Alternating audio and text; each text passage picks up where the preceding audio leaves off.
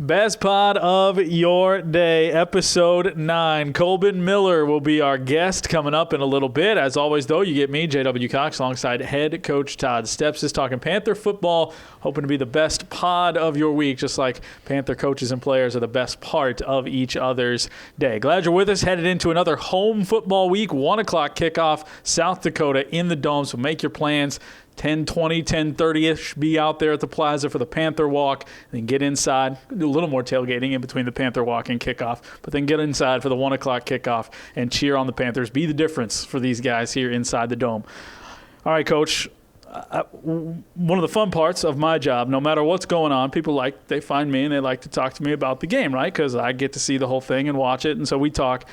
One of the things I've found myself saying over the last 3-4 weeks is, there's single plays here and there that this team, if they go a different way, then we're talking about a totally different rest of the game, whether it's putting extra pressure on the team or just flat out making a loss into a win. And I don't bring that up to harp on those plays in particular, more so to say just how close it feels from my far away vantage point to talking about different things as far as wins and losses for this team. And I'm just curious, do you see how close that is too? Is that how you read it when you look at an even more granular level to what's been happening for this team the last several games? Yeah, you hit it on the head. I mean, if again, like, you have to be in the know. I mean, if you're just the fan that checks the score, you're going to be disappointed, like, our team is. It's interesting. You know everybody is once a winner, and they maybe they're frustrated with our team that we're not winning, but trust me, we are 1,000 times more frustrated than anybody else. Man, we want to win so bad, and really it isn't about like the record. It's more about just we just know how many people love the Panthers, and we just don't want to let people down. But when you dive into those games, like you hit on, man, there are a lot of just really good things happening.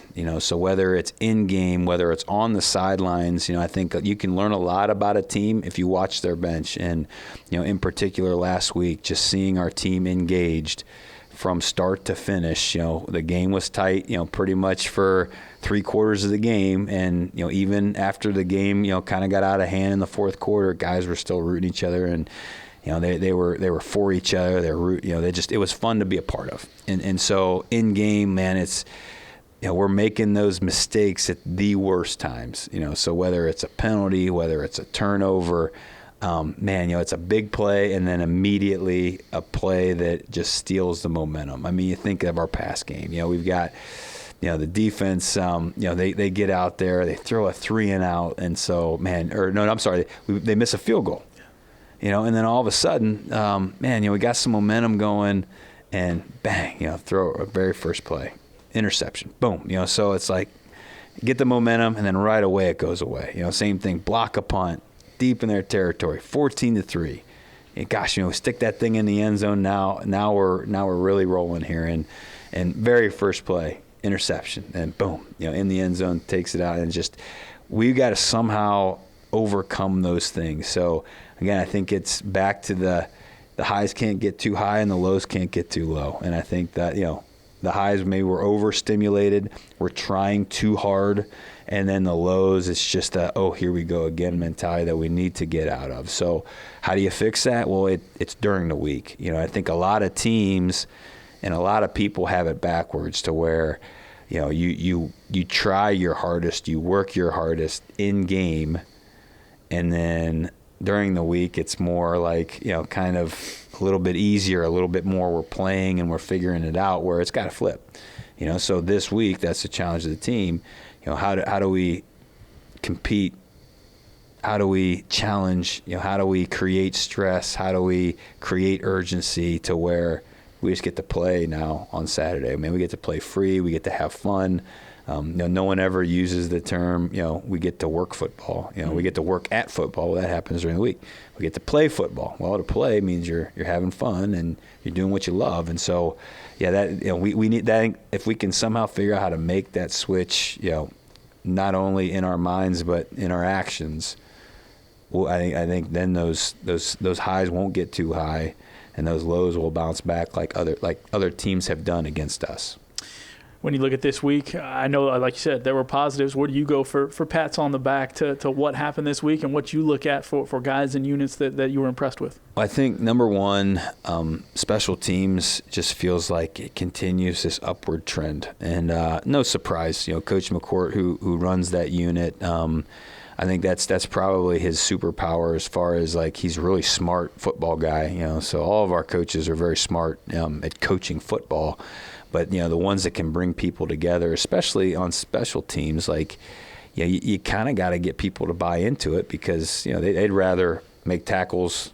They'd rather make plays, on offense and defense as opposed to we-fence is what we call it. And so, I think that unit has just really, the last 2 weeks, statistically have gone against some of the top return units in the country, some of the top coverage units in the country, and we track hidden yardage and field position, and now for the second week in a row, it's been a stalemate, which is what you want to see in special teams. You'd love to dominate a team, but when it's a top team in the nation, man, you want to be right there with them. That means you're one of the top teams in the nation. And then just again, we had a kick blocked, which we're going to work on and fix. But the blocked punt for us, I think, epitomizes what we're all about, and that's just it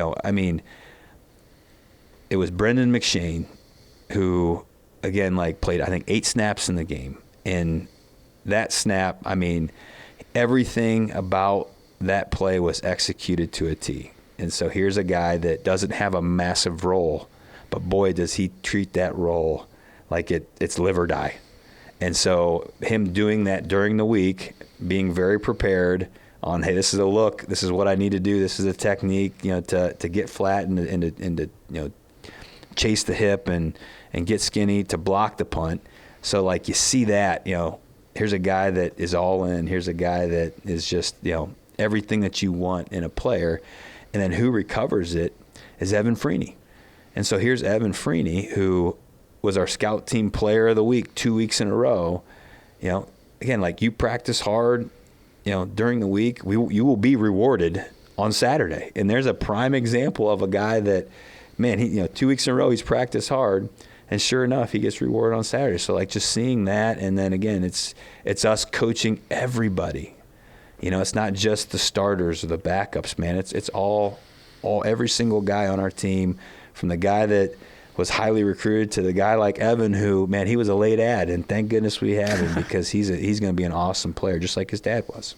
So, special teams, defense, I thought, gosh, they're on that upward trend too. I thought, the jump they made from a week ago to last week as far as stopping the run, holding them to right around 3 yards a carry, tough.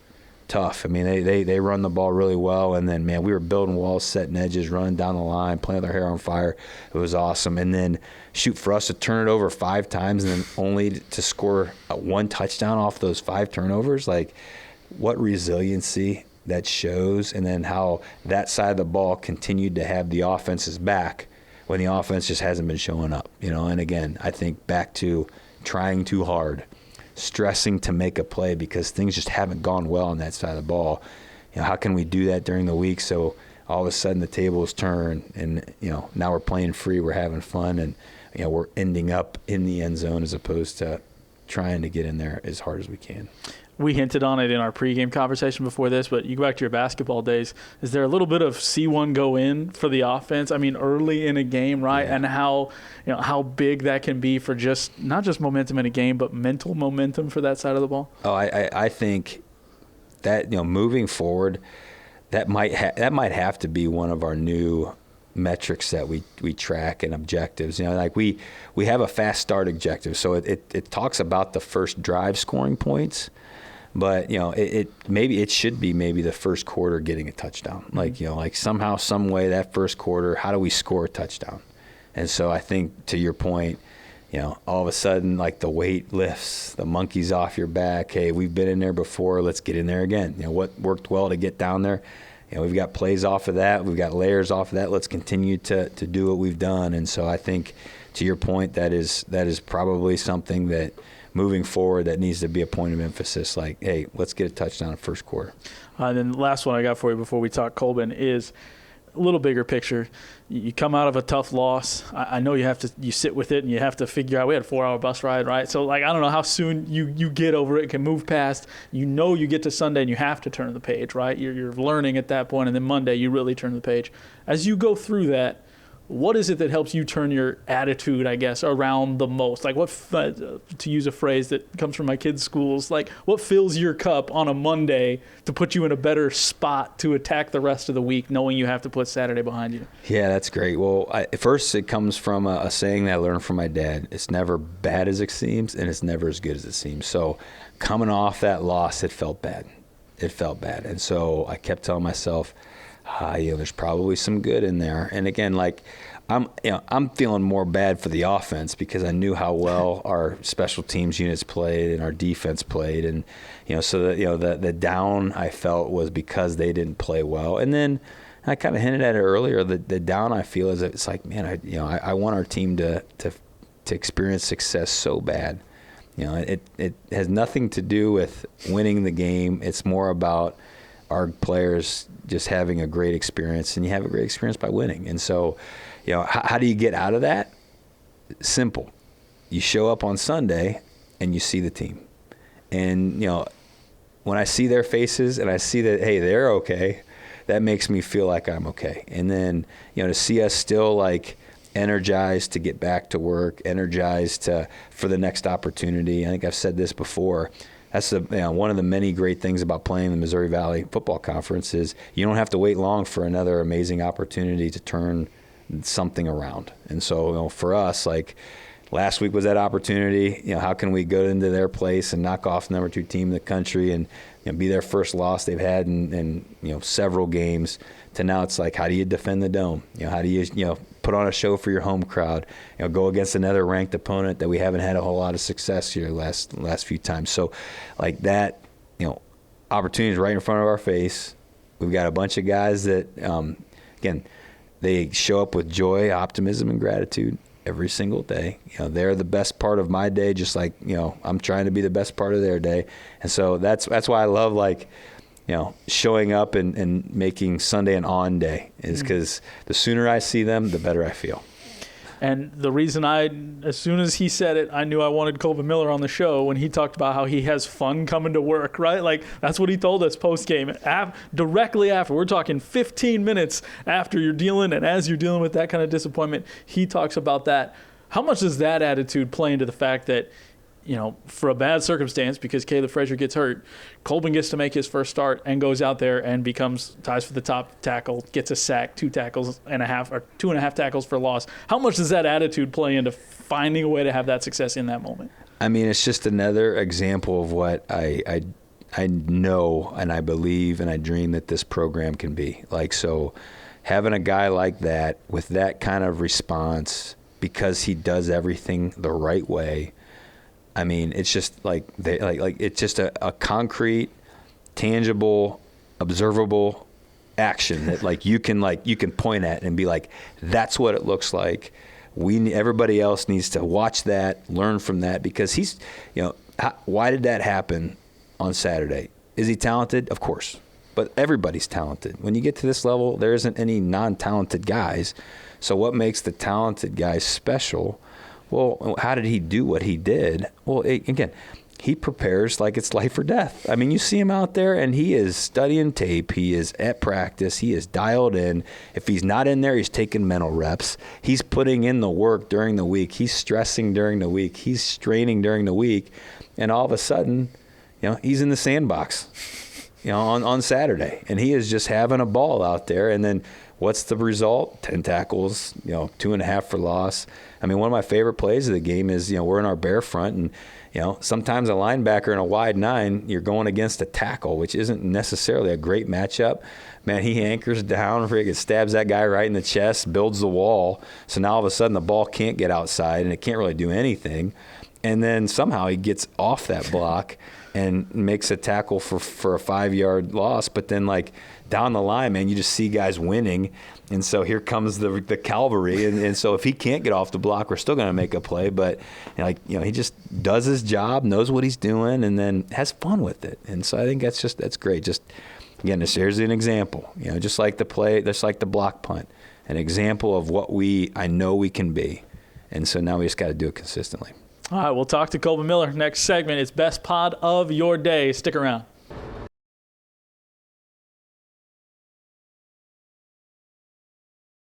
Best Pod of Your Day, back with you here. Again, if you've missed any of our episodes, you can catch them on YouTube, catch them on unipanthers.com, or audio versions. Anywhere you get your podcast, just search for Panther Point of View. Happy now to be joined by linebacker Kolben Miller. Of course, J.W. Cox, head coach Todd Stepsis back again as well. Kolben, thanks for taking the time to join us on the show, learn a little bit more about you. Let's start with going back to farm life. You told us after the game that you grew up on a farm. You were out there so the school wouldn't come get you, so you had to go to a different school. Tell us about the farm. Give us the rundown. Like, how long's it been? Whose farm was it? How long's it been in the family? That type of thing. What did you guys have out there? Yeah, so it was my grandpa's farm. We had corn, beans, cattle. We, for a short time, had some chickens. Not much to it. My grandpa passed away in high school, and then we kind of gave up the farm. So then I just lived on a farm and wasn't really a farmer. So, what was your favorite job on the farm? It wasn't a job by any means, but I loved when we did have the chickens. I would go to the field and just pick up corn that we missed at the harvest and shuck that and then give it to the chickens. For whatever reason, I just love doing that. You just like being around the chickens? Yeah, yeah. The chickens more than anything. Why'd they have to give up the chickens? They were, I don't know, not enough eggs being produced, and they were too much of a hassle. Kolben was giving them too much extra corn. No doubt. Something like that. All right, so in high school, you start your athletic career, and you're playing football, but you're also running track. You were a hurdler, right? Yep. What drew you to hurdling, and what was the toughest thing about learning that as you went through and got really good at it? Hurdling was, I wasn't super fast, but I was fast enough where I could be okay. So then I was like, how can I separate myself from other guys that are fast? Well, I'll just put a couple objects in my way and hopefully jump over those. So, and it ended up working out all right. And yeah, hurdling was awesome. I loved hurdling. Were you a 110 guy or a 400 guy? 110, yeah. Coach and I were on an agreement that I didn't run over 200 meters. So that was the deal. I'll run track, but here's the stipulation. Yes. I like it. And you mentioned to us that you decided eventually, certainly when you got out of high school, that you'd focus on football instead. What was it about football that kind of won the battle between, or was it a battle at all between football and track and field? Yeah, it wasn't a battle, I guess. Freshman, sophomore, and junior year, we were not very good at football. And I was like, okay, this is just something I do. It's pretty fun. But then my senior year, we had a great year, and it kind of just sparked a love for the game. And I was like, I think I could see myself giving this a shot in college. So that's what I did. Are those the only two sports? Nope. I did football, wrestling, track, and baseball. There you go. Four-sporter. There he is. The good ones are. All right, second straight week we've had a guy who transferred from a JUCO ranks, had experienced some great, success there. We talked to Jalen last week, and now you this week. What was your experience like at Iowa Central, and what was maybe one or two of the best things that you drew out of that experience that are helping you now, both on and off the field, now that you've come to UNI? Yeah, I really am appreciative of my time at Iowa Central. A coach just took me in, and we had some fun playing ball, but I grew so much as a man and a person. Off the field, met some awesome guys, met my best friend there. I just had such a great support staff, and it helped me grow as a man and off the field spiritually. I got saved at Iowa Central, and that's been a huge part of who I am and what I do right now. So I think ultimately I'm super thankful for my time at Iowa Central, and I wouldn't have it any other way, I guess. So yeah, no, shout out to them. I know their head coach. He's a really good dude, and they run an awesome program there. So I got to shout out those guys. You played softball with him, didn't you? Baseball. Oh, baseball. Let's We're not talking beer league here. We're talking baseball. And he was probably our best player. I mean, he could still hit bombs. I mean, he wood bat. Wood bat league. Oh yeah, yeah. And he was playing middle infield, and yeah, he can still do it, man. He was a good player. You talk about your faith, and you bring that here. How have you viewed kind of football differently, and what you do as a part of a team now that that's such a big part of your life? Yeah, I think my first year at Iowa Central, I was like, okay, I'm all in on football. Like, I'm going to pour everything I had into it. And I had some success with that. And then I met Jesus, and then it was like, okay, I know football can't be my biggest thing in my life now. Now it's like, okay, how do I continue to perform well at football while still knowing that can't be the biggest and most important thing in my life? So that's been a battle. And now it's like, as I grow, it's like, God wants me to be successful in everything that I do. He wants me to give him the glory in all that I do. So it's like, why not go and be good at football? Why not be bought in for football and school and relationships?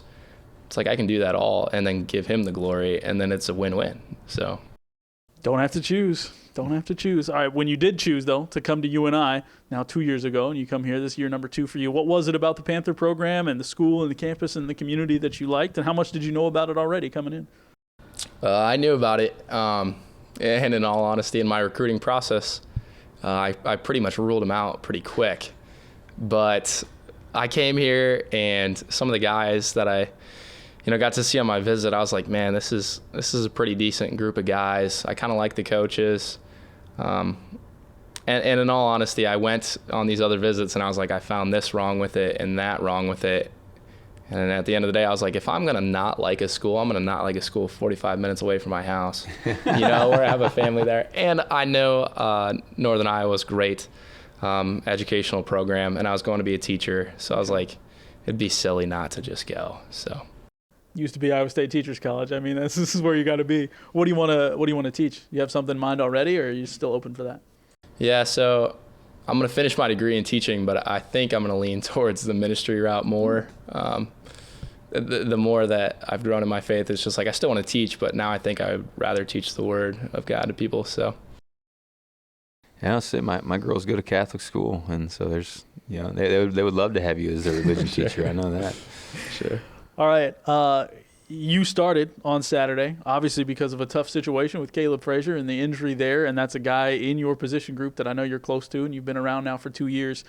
How do you have to compartmentalize, like, you feel for him and you know that's the worst thing that you want that anybody would want to have happen, but then also know that you got a job to do, that your teammates are counting on you to go fill that spot. What was the mental state like for you when you get that news to start and you had to go out there and do that on Saturday?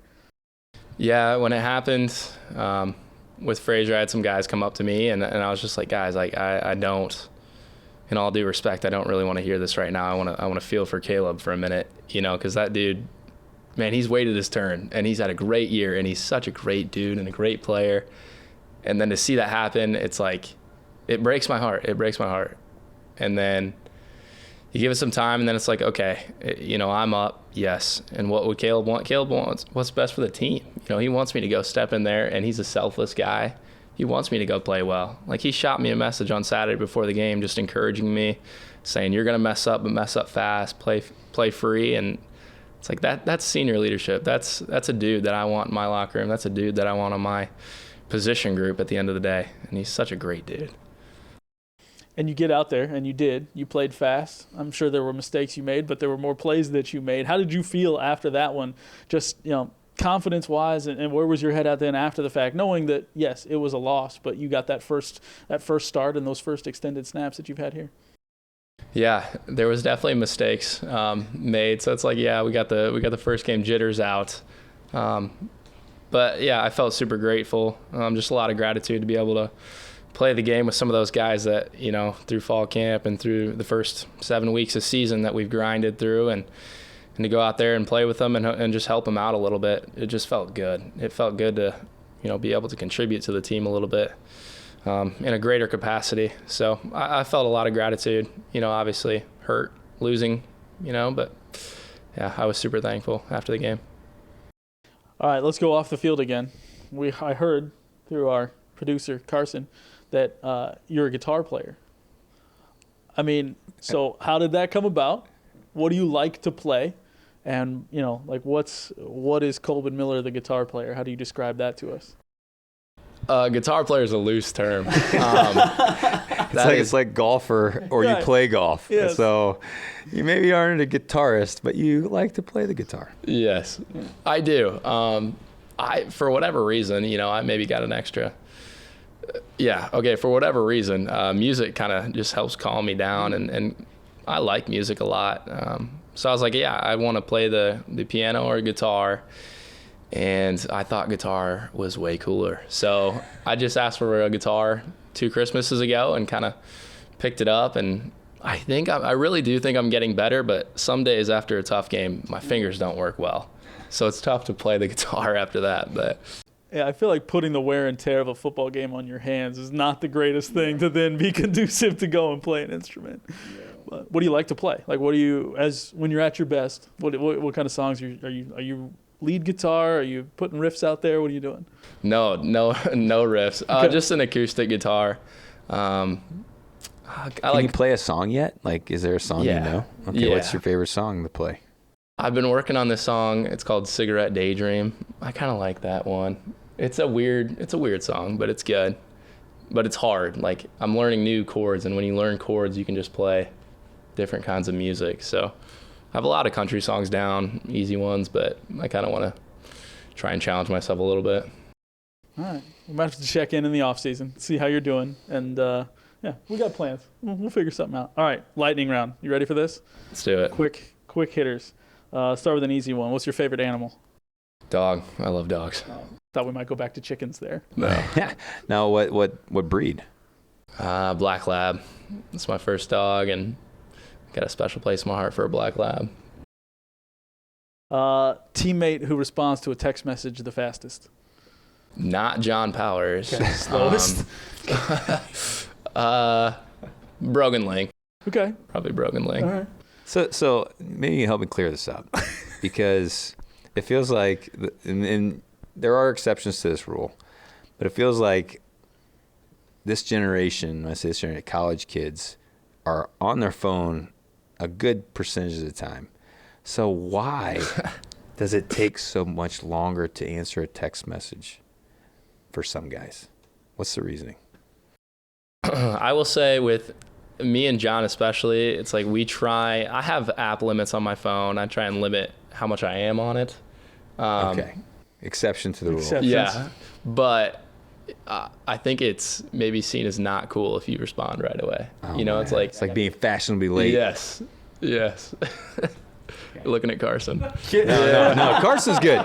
No, so like, yeah, Carson, yeah, people that I work with, they're great. But like sometimes I'm kind of like, I text them, I'm like, I know you saw it. Like, I know you're on your phone right now, and I know you saw the bubble pop up on your phone. It's like, it takes 2 seconds. And in fairness, I text Kolben about being on the show yesterday, and it was moments later. So, I mean, when he's on it, he's on That's it. right. But sometimes you got to think through the answer, right? Like, it might be, you might have a few mental hurdles to go over. You never know what's going on in a day. All right. If you could spend a day with any person alive now or throughout history, who would it be? King David from the Bible. I think he is a character. I would love to pick his brain a little bit. What about King David? Man, he... Drop some knowledge on some people. Okay. Grew up. Everybody knows David and Goliath. Had the faith and kind of fell a little bit. But, man, he wrote half the Psalms. And I read this. I'm reading through the Psalms right now, and it's like, this dude can't make up his mind on how he's feeling. It's like, I would just love to know in what situation you were in that you're writing these so, dare I say, dramatic words. I don't know. That dude felt feelings quite a bit. Both sides of the pendulum, too, Yes. right? Yeah. That's a good answer. I think that's the best description of David's Psalms I've ever heard. That's pretty good. All right. Is there a movie that you have that you could watch over and over again without getting sick of? Uh-oh. No. If movies are hard, TV show, is there a comfort TV show you go back to that you've watched multiple times? No, honestly, I don't sit down and watch movies anymore. I used to. How about like a show? Like, is there like a show that you would binge watch if you had the time? Because you guys have no time, but because it is a little different now. Oh yeah. Like I growing up, you would have channels that you'd flip through, and then if Shawshank Redemption all of a sudden was on a channel, it stopped. I'm in I'd for watch 3 it. hours, all the I'm commercials, in. it's Like, fine. I'm gonna watch it. Yeah. So like that doesn't happen anymore. Everything's streamed, and so like there's a lot of good shows out there that you can binge watch, whether it's a 4 or 5 hour bus trip or whatever. That's a good point. What are you doing on the bus? We just said 4.5. We got planes now, except for one, so that's good. But Yeah. True. I only let myself re-download Clash Royale for the bus. So play some games. Do some reading. I was reading a book on the way up this time. On the way back, I was kind of just sitting there trying to sleep. I can't sleep on a bus or a plane, but I can't either. yeah. all right, let's see. Would you rather be, if for some reason it became a law, you could only do one or the other? You could only do cardio workout or a strength workout rest of your life. Which one would you choose? My only question is who's picking cardio? Like, Yeah. Right. definitely strength. Definitely strength. Yeah. Yeah. Examine that person's head immediately. Nobody's choosing that. Nobody. All right, anything on your game day uniform or socks, cleats, whatever, that you add pop to how you wear it or flair to how you wear it in any way, or something that you have to wear on every game day? Not so much attire. I do slip off the shoes and go walk barefoot around the field pregame. Call it my little grounding time. Very nice. So that's my I have to have that before a game. Everywhere, any Yep. game to field. Yeah. What if it's like below 0? Still doing it? Yeah, and Utah Tech was hot. Yeah. Oh yeah, there that sure you would have go. been hot. That was yeah. hot. That was burning my feet. But I got it done, so. They said that was cool temp turf technology. I wanted to feel what it would feel like It if it wasn't was cool. not the No. cool temp turf technology. Yeah. All right, let's keep it on the uniform. So the Panthers have worn 3 helmet decals this year so far. Script Panther, Old School Panther, Classic Panther Cat Head. Which one's been your favorite? Definitely old school. You like the Old School Cat? Yep. Script is cool. I do like the old school, though. I think, yeah. You take a straw poll of any Panther fan, and it's going to be, I think that one's going to win by a majority. That was a big one. All right, dream car, truck, mode of transportation. I really love the truck I got now. Just a good old Ford F-150.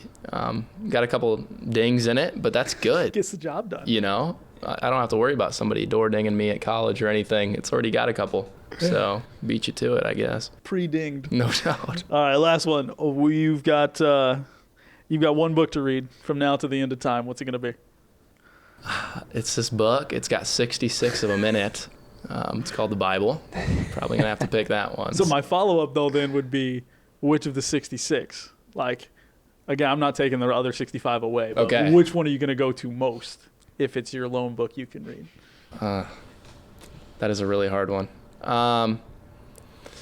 Old Testament or New Testament? Let's go there first. New Testament. Okay. New Testament. All right, so now we got it narrowed down. Yep. I'm thinking probably either Hebrews or James. No, I'm going to go Romans. It's just very practical and makes sense to me. So Practicality, there's some joy in there. There's a little bit of uplifting. It's good stuff. Well, Kolben, appreciate you coming on. Everything I figured it would be after we chatted after the game. I appreciate you being willing to do it, and best of luck the rest of the way. thank you. Yeah. All right, that's Kolben Miller with us. Best pod of your day. Don't forget, check us out, YouTube, UNIPanthers.com, Panther Point of View, wherever you get your podcast for anything we produce here at UNI. And then 1 o'clock kickoff against South Dakota, back in the Dome. Need everybody in there.